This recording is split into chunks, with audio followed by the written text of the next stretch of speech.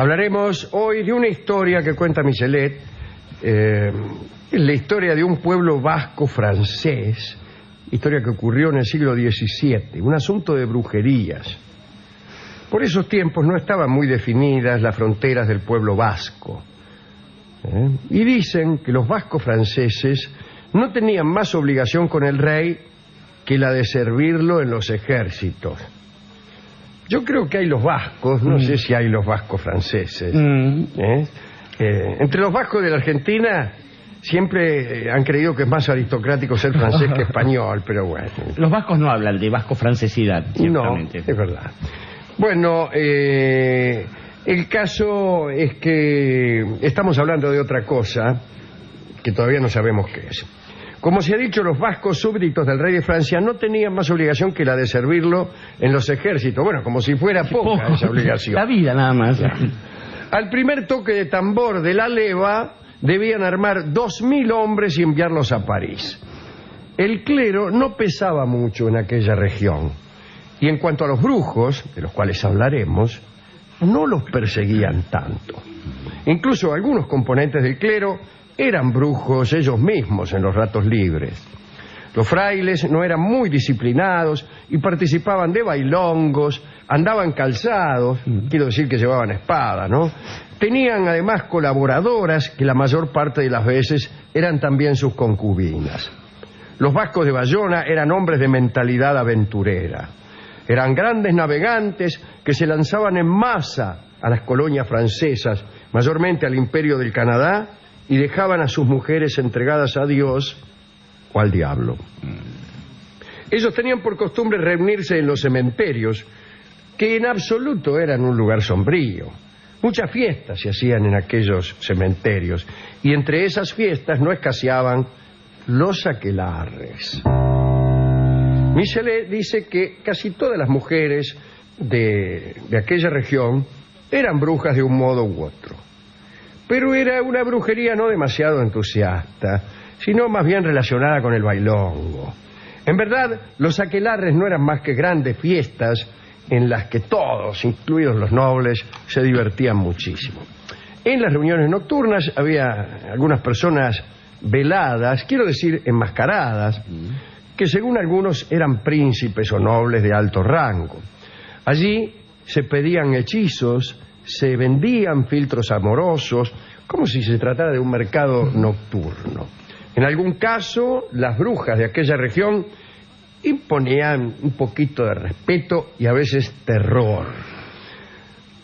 De hecho, mucha gente se creía víctima de las brujas, especialmente cuando enfermaban de gravedad. Nunca pensaban en un germen patógeno. No, sino siempre se pensaba en una bruja. Muchos se creían castigados y entonces, para avalar su propia creencia, ladraban como perros en medio de la noche para que todos los creyeran embrujados. La pequeña aldea de Aix llegó a contar hasta 40 de estos desdichados ladradores, personas que se creían embrujadas y ladraban. Era muy difícil dormir a la noche, imagínense.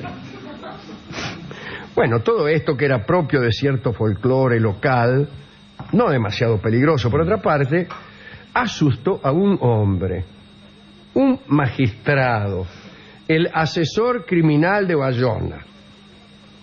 Un asesor criminal parece un asesor que hubiera cometido algún delito, crímenes, claro. Diría Sábato, a quien, por ejemplo, la palabra o el giro físico nuclear le parecía un físico a punto de estallar. Y los hay. Daba varios ejemplos Sábato. Si hubiera visto un asesor criminal, habría dicho, bueno, es un asesor que comete crímenes. En cambio, decía él, un médico tuberculoso es un médico tuberculoso. Pues este hombre, este médico tuberculoso, asesor criminal, dejó celebrar una fiesta aquelarre en su castillo. Era el señor Urtubi de Saint-Pé. Urtubi de Saint-Pé, sugestionado, quizá por borracho, imaginó Urtubi, que ciertamente era vasco y francés, imaginó que una bruja le había chupado la sangre.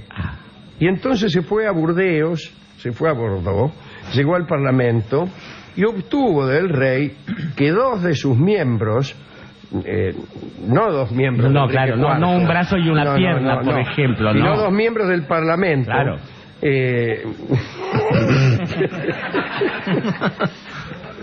Los señores de España y de Lancre fueran comisionados para juzgar a los brujos de la región vasca. Se fue a quejar el tipo, dijo, me embrujaron, me embrujaron, ¿no? Y todos dijeron, bueno, nombremos 2 magistrados para que vayan a ver qué pasa. Y sucedieron cosas terribles. No carecía de peligro para los 2 enviados proceder con una investigación en medio de una población que disfrutaba con aquellos bailes y con aquellos ritos. El otro peligro eran los frailes, muchos de los cuales eran permisivos con las costumbres y a quienes los comisionados laicos debían juzgar pese a la oposición del clero. Pero bueno, cuando los jueces llegaron, aquellos señores, ¿no?, de España y de Lancre, muchos se escaparon a las montañas para evitar ser investigados. ¿Qué hace uno cuando no quiere que lo investiguen? Escapa a la montaña. Escapa a las montañas. Pero algunos se quedaron. Las mujeres que fueron citadas a la primera audiencia se asustaron tan poco que incluso algunas se durmieron durante el interrogatorio. Y todas negaron todo. Era muy difícil juzgar a alguien sin testimonios en contra. Todas las mujeres y todos los hombres de la región de Bayona estaban confabulados para negarlo todo. Pero eso duró poco, porque una sola traición vino a poner en peligro a todos los habitantes. Una muchacha de 17 años, una gran 7, llamada Margarita y conocida como la Murgui, se asustó y tocó la corneta. Así que denunció a todas sus compañeras. En el batimento habló de encuentros orgiásticos, de entreveros prohibidos y de conversaciones con Satanás. Incluso bailes lascivos con Satanás. Bueno, lo que sea. La Murgui escribió todo este informe con mucha vivacidad, ¿no? De todos detalles impúdicos, que es siempre una tentación literaria, imagínense. Datos a veces ciertos, pero la mayoría de las veces inventados. Dice el amigo Michelet que los jueces le creyeron por 2 motivos. Primero, porque les convenía encontrar culpables, y segundo, porque la Murgui era hermosa. Acerca de la credibilidad de las mujeres hermosas ya hemos hablado muchísimo, empezando por Friné, aquella estaira griega que al declarar en un juicio se desnudó y era tan hermosa que le creyeron. ¿Cómo no? Cierto. Bueno, además del señor de Lancre y de España, confiaron confiaron en esta muchacha y le dieron la tarea de buscar en el cuerpo de los hombres el lugar en que Satanás ponía su marca. La marca del demonio. Temo que esté manuscrito esto. Ellos mismos empezaron a buscar la marca de Satanás, que se reconoce, ustedes saben, porque donde Satanás te marca, sos insensible. Exactamente. Ahí te pueden clavar agujas sin que te duela, ¿no? Entonces, allí donde se encontraba una supuesta marca, los magistrados llevaban en cana a los tipos. Lo curioso es que la confabulación terminó por aniquilarse, porque las mujeres supuestamente marcadas denunciaban a otras, y una traición traía otra y otra, y se multiplicaron las confesiones, las delaciones, se señalaban jefas, frailes alegres, sitios de reunión, hasta se hacía hablar a los niños que hablaban mal de otras madres. El señor de Lancre aseguraba que un testigo de 8 años era suficiente y respetable. Bueno, los esposos de las denunciadas, sin embargo, amenazaban de muerte a las delatoras y las forzaban a retractarse de sus acusaciones, puñal en mano. La cuestión fue que de Lancre y de España creyeron que visitaban el mismísimo infierno. Los cruces acusatorios fueron tantos, y aquí está el punto central, que debía quemarse a todos los habitantes del pueblo, a todos. Esto ocurrió en agosto de 1609. Y los magistrados elevaron su informe al rey y también al Papa Paulo V. Decían, bueno, todos son culpables, hay que quemarlos a todos. Este informe incluía una pregunta no moral, sino técnica. ¿Cómo quemar a todo un pueblo? No cómo puede ser que quememos a todo un pueblo, sino cómo hacemos para quemarlo. Hubo una reunión para discutir, ¿no es cierto?, varios doctores, el Papa. Se decidió dar marcha atrás, pero no del todo. Se respondió a los magistrados que no se quemaría más que a los obstinados. Ajá. Aquellos que persistieran en negar, mientras que los que confesaran serían puestos en libertad. Ajá. Pero los obstinados fueron 900. Y los quemaron. Los quemaron. Después de aquella masacre de la región vasca, el señor Delancre escribió un libro.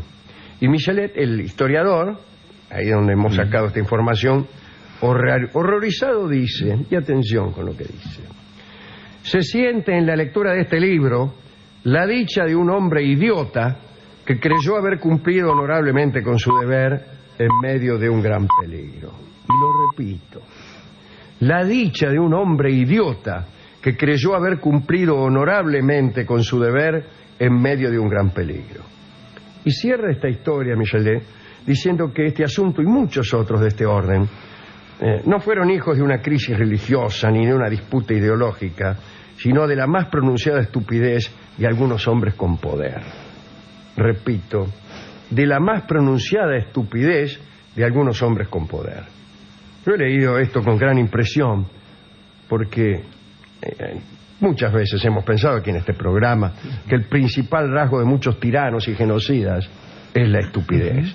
Y sigo creyendo eso.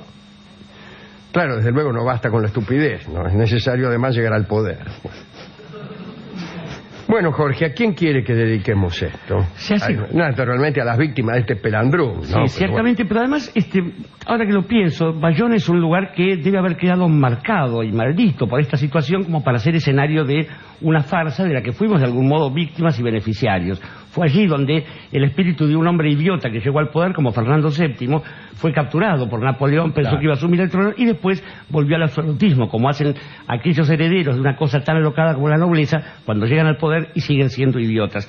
Pensaba también que un pueblo que reacciona junto y que da una solución junta tendría algún otro motivo de gracia. Esto es medio fuente ovejunesco, pero también tiene la gran ventaja de reconocer en esa especie de complicidad que lo que había antes era un juego tan condenable como el juego de la justicia, porque convengamos que estas cosas no pasan por una ley divina que marque qué cosa es el bien y qué cosa es el mal, sino justamente por esta cuestión del poder una vez más. Pero el problema, querido Alejandro, creo que pasa del mismo modo que pasó en Salem y del mismo modo que ahora podría pasar en cualquier escenario. Dios no permita que alguien por agarrar petróleo pueda querer invadir un país. Esto no pasará nunca, pero si así sucediera, veríamos que una vez más las cosas que se disfrazan y se dicen en nombre del bien y en nombre de estas cosas indigeribles suelen estar hechas en realidad en nombre de algo tan bastardo como el propio pecunio, como el dinero, como la ambición y una vez más como la estupidez, cosas que no caben en ninguno de nuestros queridos barrios reos. Y en homenaje a este pueblo vasco, que también era un barrio reo, escucharemos este tango Barrio Reo en la versión de Irusta, Fugazó de Mare, una versión que ustedes reconocerán, o al menos les hará pensar a ustedes de dónde afanamos. Adelante.